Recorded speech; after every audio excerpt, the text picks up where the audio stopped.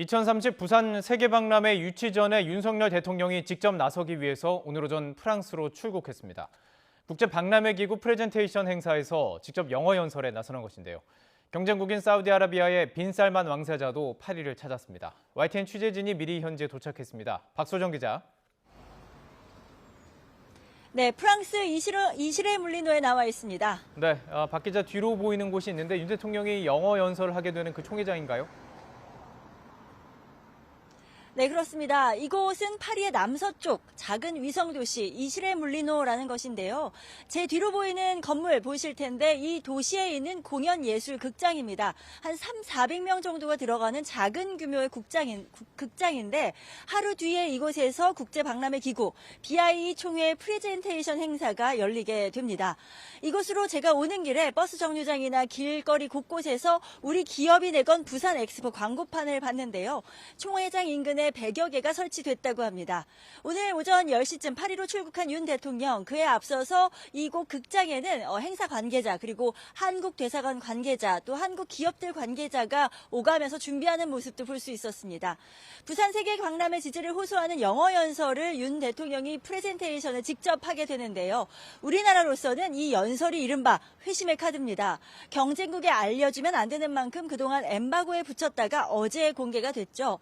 유명 가수 싸이, 또 스타트업 대표 등이 연사로 나서고 성악가 조스미 씨와 걸그룹 에스파 카리나는 영상으로 등장을 하게 됩니다.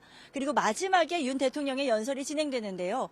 대통령실은 이번 4차 PT가 오는 11월 개최국 결정을 앞두고 표심을 사로잡을 분수령이 될 것이라면서 다양한 영상과 발표로 지루할 틈 없이 개최의 당위성을 30분 동안 홍보할 예정이라고 설명했습니다.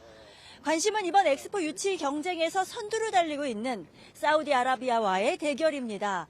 윤 대통령 참석 소식을 의식해서인지 빈살만 왕세자가 앞서 지난 16일 일찌감치 파리에 도착해서 마크롱 프랑스 대통령과도 만났는데요.